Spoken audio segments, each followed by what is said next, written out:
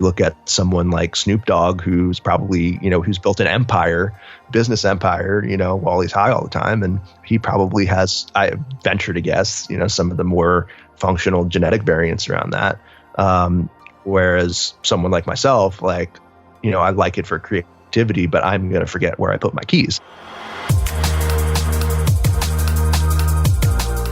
This is the Ideas Lab podcast, where you can learn from great creative and entrepreneurial minds how to turn your ideas into original businesses, books, and brands. Because in a crowded world, it pays to stand out.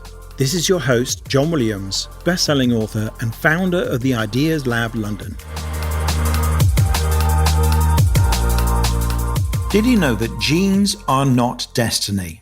You may have a gene for a potential health problem, but that doesn't necessarily mean you're going to develop that health problem. In fact, your genes determine an awful lot. They may influence how you respond to particular diets and whether the latest fad diet actually works for you or not. And in exchange, your lifestyle and what you eat and how you exercise may affect how your genes express themselves in your health. That's a topic that is absolutely fascinating to me, and I dive into it with David Krantz, who is an Epigenetics Performance Coach. And if you have no idea what that means, you will shortly. We're going to dive into whether there are actually genes for creativity, how following your passion has actually been shown to have positive health benefits at the epigenetic and immune system levels, and how our genes impact how we respond to things like cannabis and psychedelic drugs. And finally, we explore the hot topic of microdosing, i.e. taking tiny daily amounts of psychedelic mushrooms.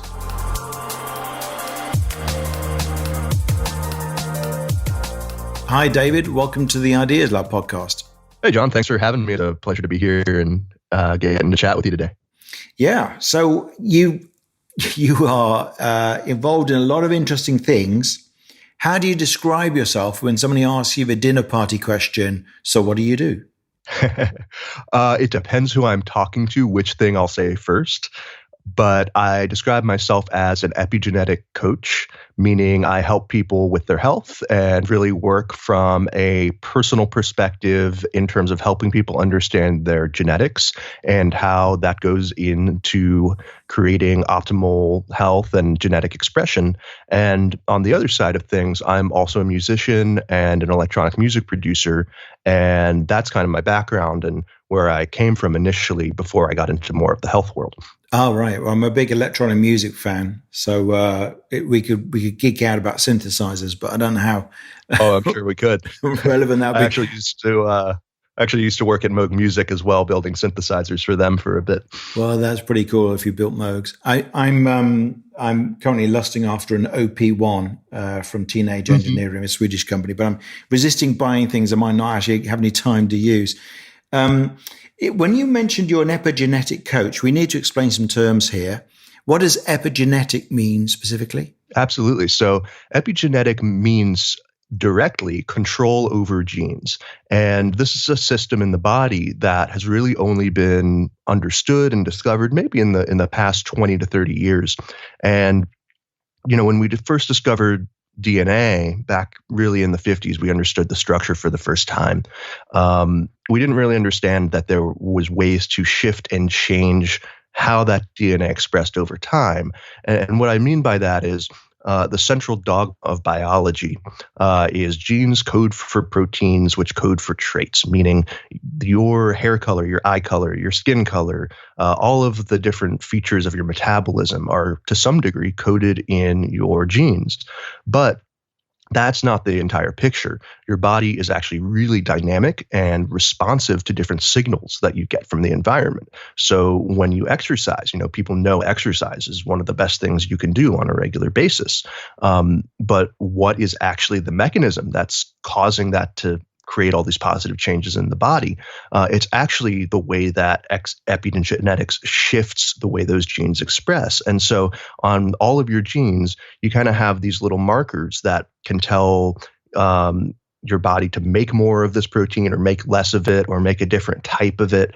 And It's extremely complex and dynamic and just allows us to be super adaptive to whatever environment we find ourselves in. So what I do as a coach is really leverage that system and look at things from that perspective to say, all right, what information can we give your body that's going to help it to thrive and cause those expressions to happen in a way that's positive? Because you can go in either direction. Poor health is correlated with poorer, more negative epigenetic expression, and good health is correlated with positive epigenetic expression. So, Yeah. It's really leveraging that system. Which is really interesting because, like you say, when we first started understanding about genes, and a lot of us, our learning possibly stopped at that point, and we thought, well, if you've got a gene for something bad, that something bad is going to happen to you. But what we're actually saying, it's not that simple, because whether that gene actually ends up being switched on, as it were, or having an effect, is influenced by how you live and and presumably what you eat and whether you exercise and all sorts of other things. Have you got an example of a gene that switched on or switched off, which we could understand easily? Yeah, absolutely. So probably one of the most well-researched ones is this gene called APOE. And they found that certain variants of this gene are correlated with higher incidence of cardiovascular disease and dementia and a lot of things that you really don't want. But what they've really discovered after looking deeper into that is that those people with those variants, the main way that shows up is when people eat a diet that's high in saturated fat and don't exercise. And people are more prone to inflammation when they have that certain variant, but it's really only when they're doing certain environmental things, when they're, if you exercise and you eat a diet that's lower in saturated fat, when you have that certain variant, the risk kind of just normalizes. And it's kind of the same as someone with a, kind of the non-risk version of it. And so that gene in the presence of high saturated fat, low exercise, gets switched on in a way that you don't want it, and kind of vice versa when you can manage those lifestyle factors.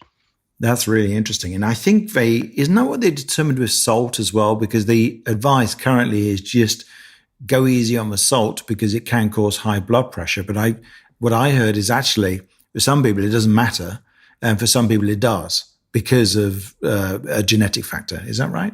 Yeah, absolutely. That's one of the things I look at with my clients. And I'll see some people, there's 5 different genetic variants I look at with that. And, one of the important things to know is it's only so useful when you look at one thing at a time. But when you stack, say, multiple things that are going to influence that kind of outcome together, you can get a bigger picture. So sometimes I'll see people that have all 5 of the variants that code for more sodium sensitivity. And sometimes I'll see people that have all 5 of those variants that code for almost no correlation between blood pressure and sodium. And then a lot of people are kind of in the middle, but you really do have this spectrum and this range of how sodium is going to impact blood pressure depending on, how you're wired. Which is great, because if you find you don't have the sensitivity for it, you can eat as much salt as you want, presumably. Or if you don't have any of the 5 factors, I guess you can eat as much salt as you want. Right. And sometimes I'll actually see people that have issues with low blood pressure, and they actually have some of the variants that are related to, less correlation. And so for them, they actually need to be having a higher sodium intake to kind of regulate their blood pressure in the same way. And you also said that, different diets affect different people for these reasons. And there are people in the medical world who still insist that it is simply calories in and calories out. And you'll lose weight if you consume fewer calories than you expend, and you'll gain weight if you consume more calories than you expend. Is that not the case? That is certainly the case, but it's also not the entire picture, because weight gain and weight loss is complex, and something like inflammation can cause you to hold on to more fat and create more fat, and certain diets for certain people are more inflammatory than others. Going back to what I was saying, like just with that one gene and saturated fat, that might create inflammation for someone, or it might actually be really helpful with someone going on a keto diet. And, keto's gotten really popular, and, it's a very high fat diet. And, some people are very well suited to it, maybe 10, 20% of the population. But it's one of those things where you don't want to fit yourself into this box just because you heard that your friend or your neighbor lost weight on this thing. And you really see, I mean, there's hundreds and hundreds of different factors, and certainly we're not at a point where we know all of them or even close to all of them, but we are at a point where we have a pretty good understanding that these things really do impact people on an individual basis. And, calories and calories in and calories out is going to be, shifted depending on what type of where you're getting those calories from. So, some people are going to lose weight better on a low carb approach, but there's also a gene that's been identified where people tend to lose weight better if they eat over 150 grams of complex carbs per day.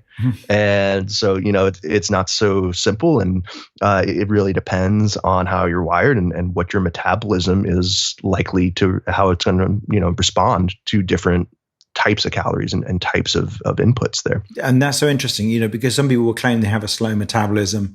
Some people seem to have a problem losing weight more than others. Is there truth in that? Or are those of us like me who are overweight, are we just lazy? I mean, I'd confirm that the case is lazy in my case, but for people who are severely overweight, is it true that something could be going on in your metabolism that's contributing to that's making it much more difficult for you to lose weight than somebody else?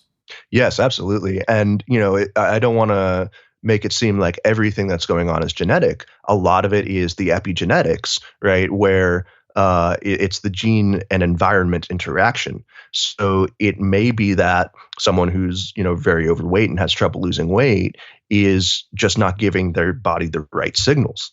And if they were able to potentially align the right signals for their body, that might be a lot easier to speed up their metabolism and get to. Okay, I got to ask, what kind of signals? What do you mean by signal? Sure. So when I say that, I'm talking about all of life, all of lifestyle, right? Like nutrition is a piece, exercise is a piece, but I'm talking about stress and attitude and mindset and the light that you're exposed to throughout the day. Like, we're in a weird kind of point in time where all of a sudden in the last 100 years, we're exposing ourselves to artificial light for the first time in human history. And so that's a factor I strongly believe when you look at the research and some of the factors around the way that our bodies actually respond to light.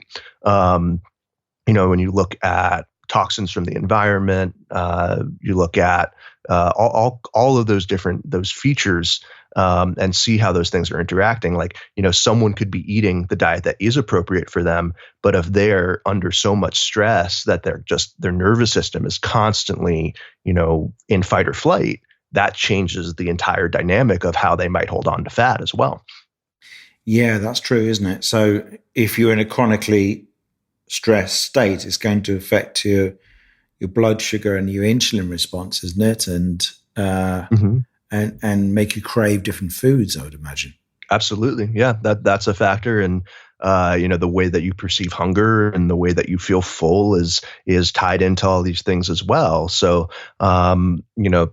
one of the things I'll work on my clients with often is, how can we shift the way that those signals in the body, hormones and neurotransmitters are being perceived by the brain, and how is that translated into, cravings and, being able to manage what you're eating in a way where you're aligning with what you want to be doing. Yeah. Which, I think kind of really ties us nicely into the creative side of things. And, maybe what your listeners might be more interested in is, around discipline and around just sitting down and doing the thing. And I find that ties in so neatly into lifestyle and exercise and routines and things like that, at least for me personally, where, when I've been able to kind of change my habits through nutrition and all that, sitting down and doing the work that I've been wanting to do kind of got easier just because I had more, brain power and more focus and a little bit more of a template to work from. Like my entire day is just, one piece one way of thinking about it rather than trying to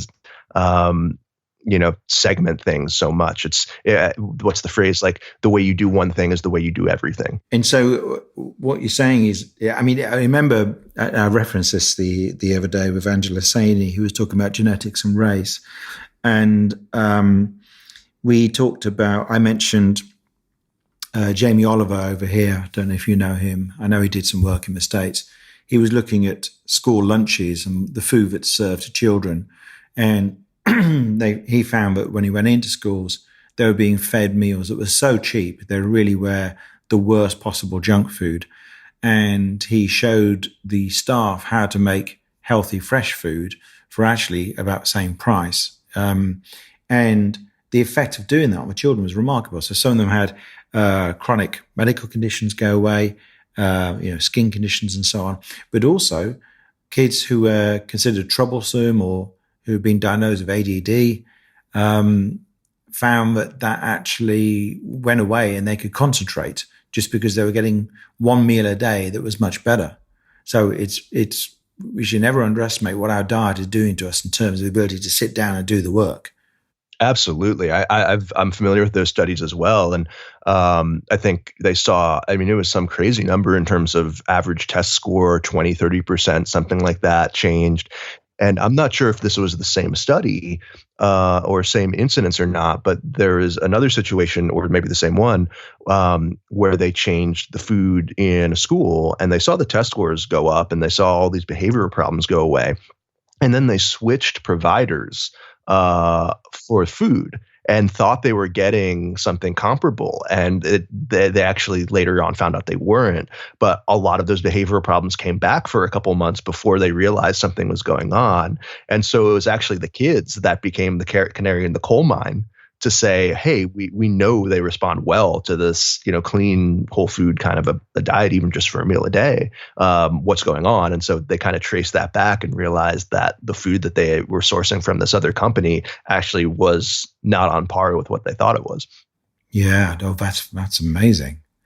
And to talk about creativity, I think you've said that it sounds like, are there genes for creativity or that supports creativity? There are certain variants that have been identified that are related to creativity. It certainly isn't, means that if you don't have those variants, you're not creative. But there's certain features, things like flexible thinking and openness that have certain genetic influences. I'll say they're more influences than hard, coded kind of things. But there also are some really interesting studies on very musical families that, there's certain tightly conserved genes that seem to be passed on in extremely musically creative people. And you see someone whose parents were musicians and their parents were musicians. They've identified some genes associated with that.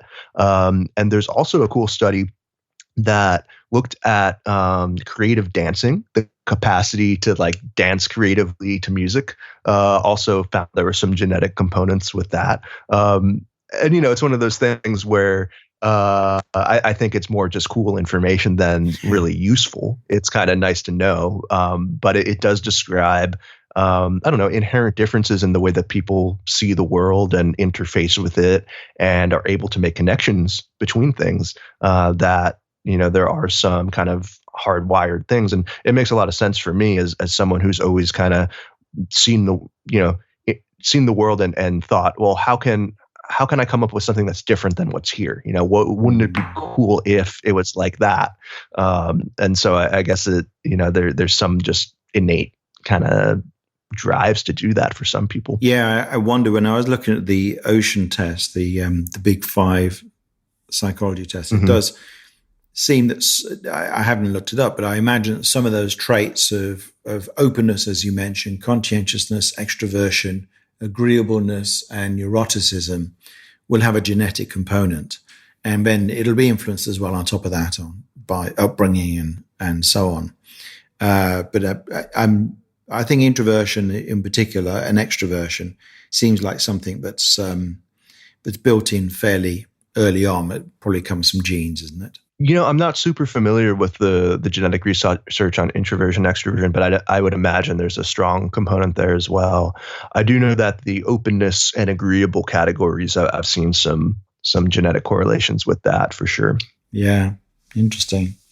And you said something about following your passion has been shown to have big benefits on your whole health, on your genes even. Yes. So there were a couple studies that were done at UCLA a couple years ago that were looking at people and codifying their genetic expression or their epigenetic marks on their genes.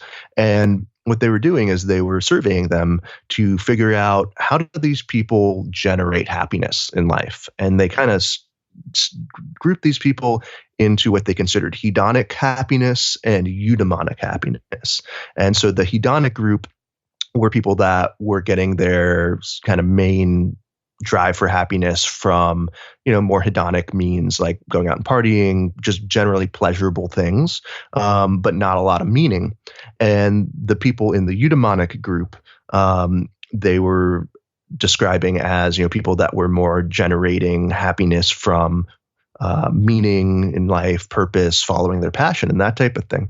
And they actually found that the people in the eudaimonic purpose-driven group had a better immune expression profile.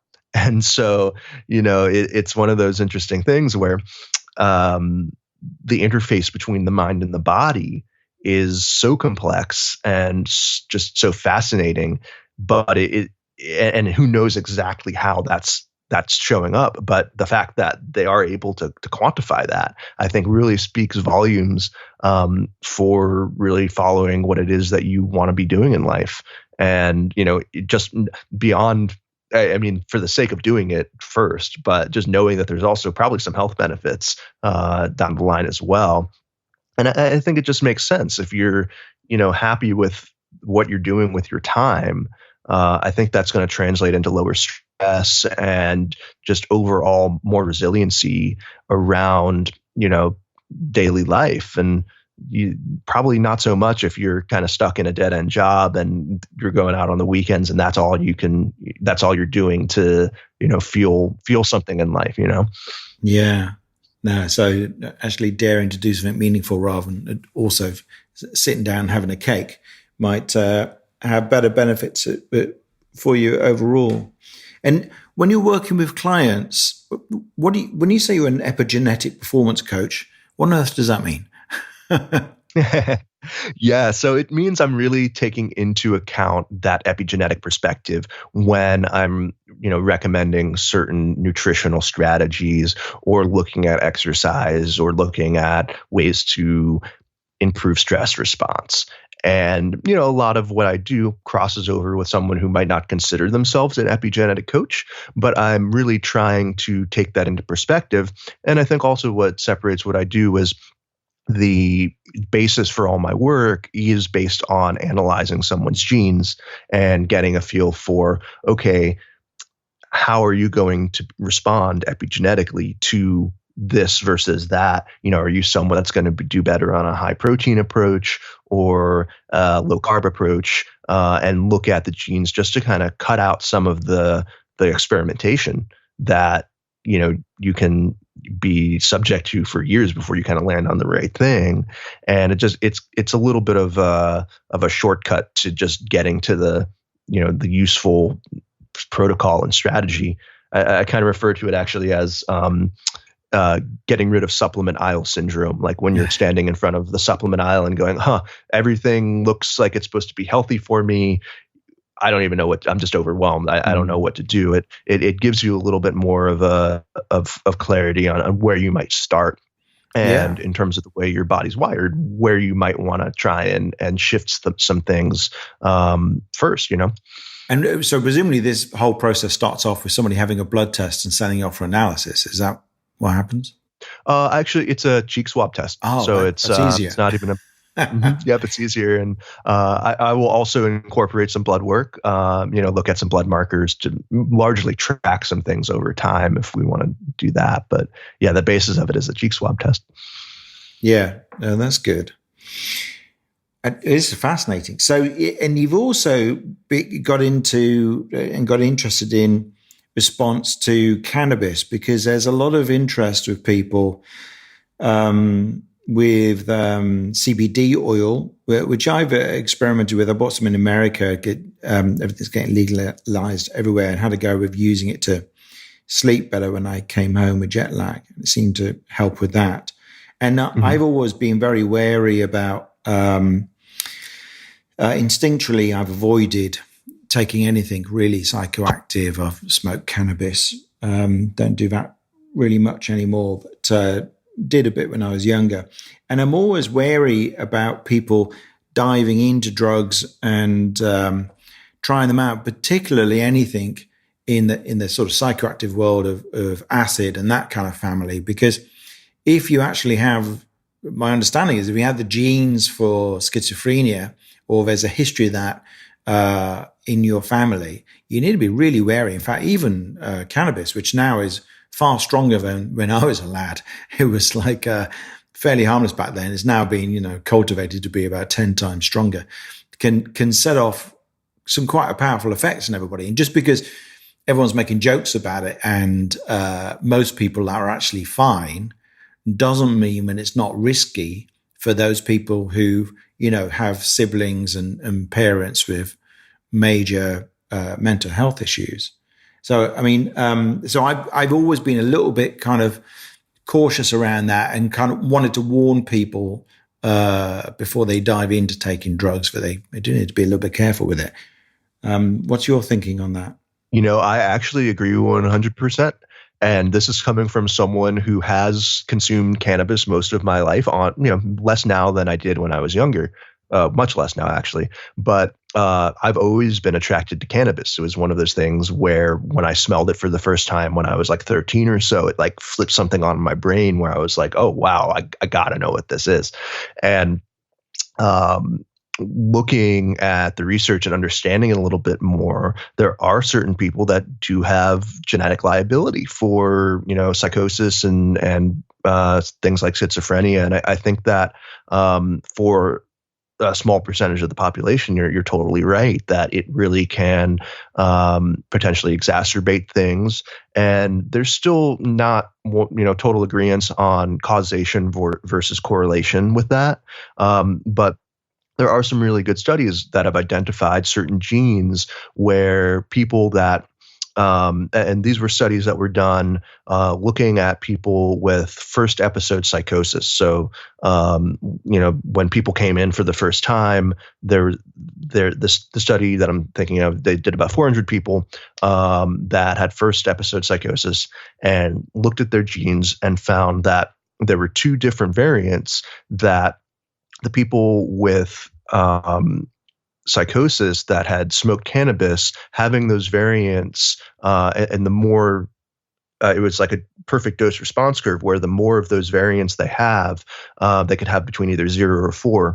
The more that they had, the higher likelihood that they would have had first episode psychosis.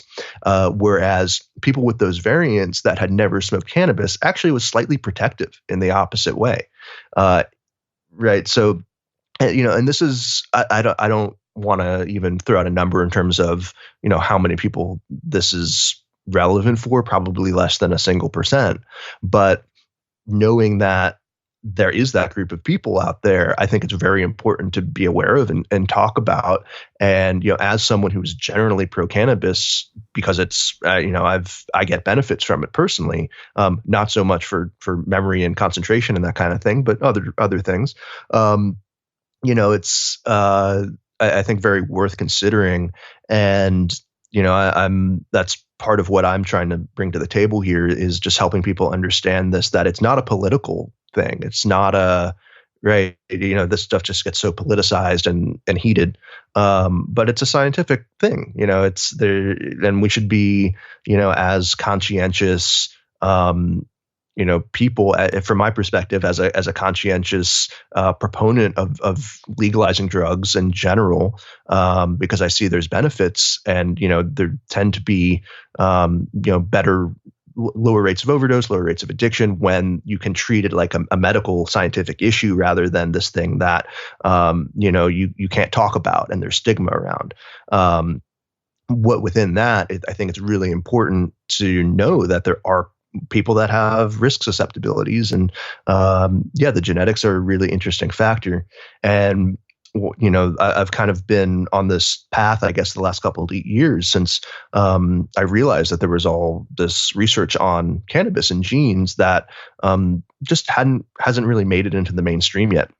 And so there's actually a lot of different things you can look at that predispose people to different responses to cannabis, including more kind of benign things like, are you going to be someone who has more or less problems with short-term memory, after smoking? Like there's certain variants that actually pretty extreme in that response, where they've gotten people high in a laboratory thing and looked at how they do on a short-term memory test, the kind of thing where you have to keep a number or two in your head, and you keep adding numbers and have to remember them, and they call it the NBAC test.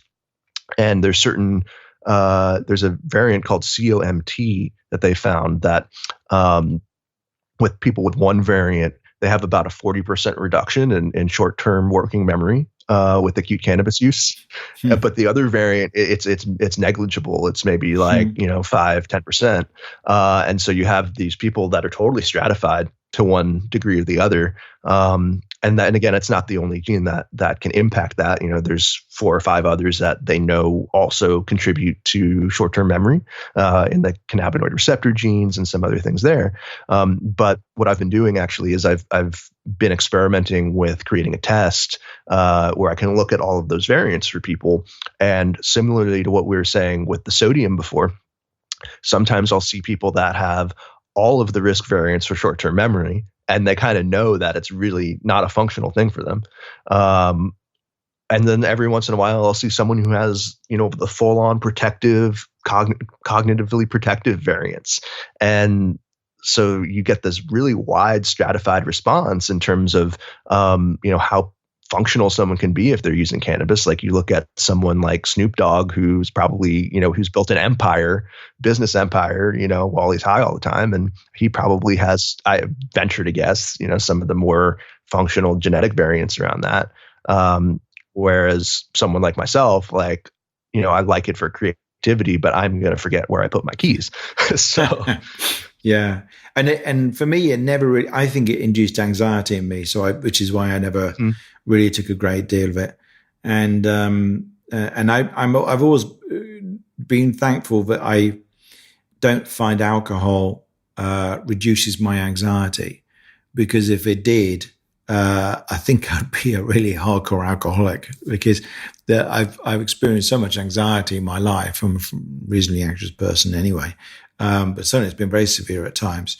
And so I've always had that sense that that was probably just the luck of the draw, that I can drink, and I do get pleasant effects from drinking alcohol, but it doesn't stop me worrying. So, which is I'm very grateful for, and I think increasingly we need to be aware of these things. We need to be aware that just because all your mates like taking dope or drinking or whatever, if you notice you're having a very different effect and it's not pleasant and it feels like it's not working for you, I think it's really, in absence of getting an actual swab test and running your DNA through a lab, it's important to listen to that kind of stuff, isn't it? Yeah, absolutely. I think listening to your body is the primary thing. And then, doing further testing if you're interested in experimenting with something like that, and maybe you haven't before, I think is worthwhile. There actually are also some genetic variants they've found that are associated with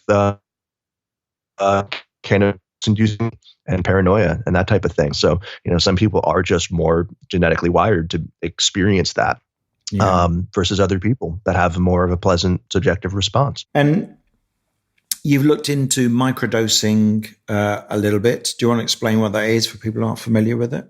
Oh, sure. So microdosing is taking really any psychoactive substance in sub-threshold doses where you're not fully getting the psychoactive effects, but you're kind of keeping it below the dosage level where that would really be apparent.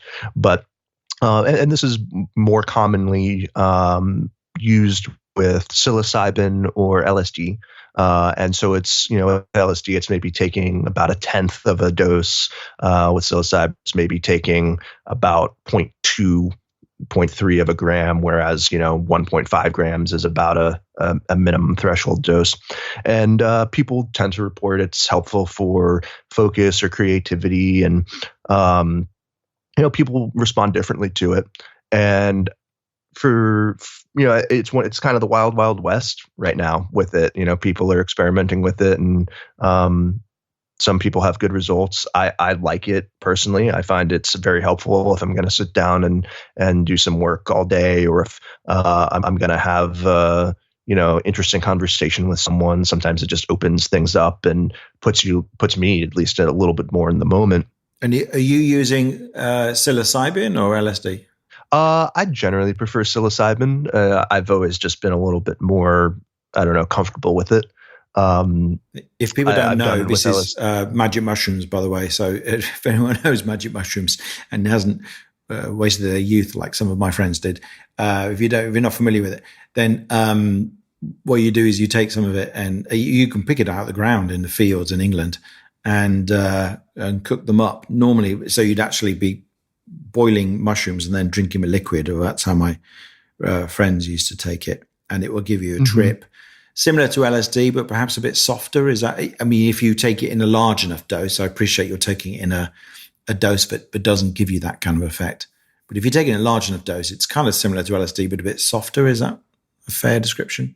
It can be softer. It certainly can be just as intense in the right dose and setting. And I'm personally very interested in psychedelics and the therapeutic application, especially. I'm actually right now part-time in school getting a therapy degree, so that I can potentially be involved with that in a therapeutic context, because the research that's coming out right now, treating all kinds of things from PTSD to alcohol addiction to other things is incredibly strong. Yeah, and it's one of those things where, regardless of what you think about it on a personal or political level, science is just speaks for itself.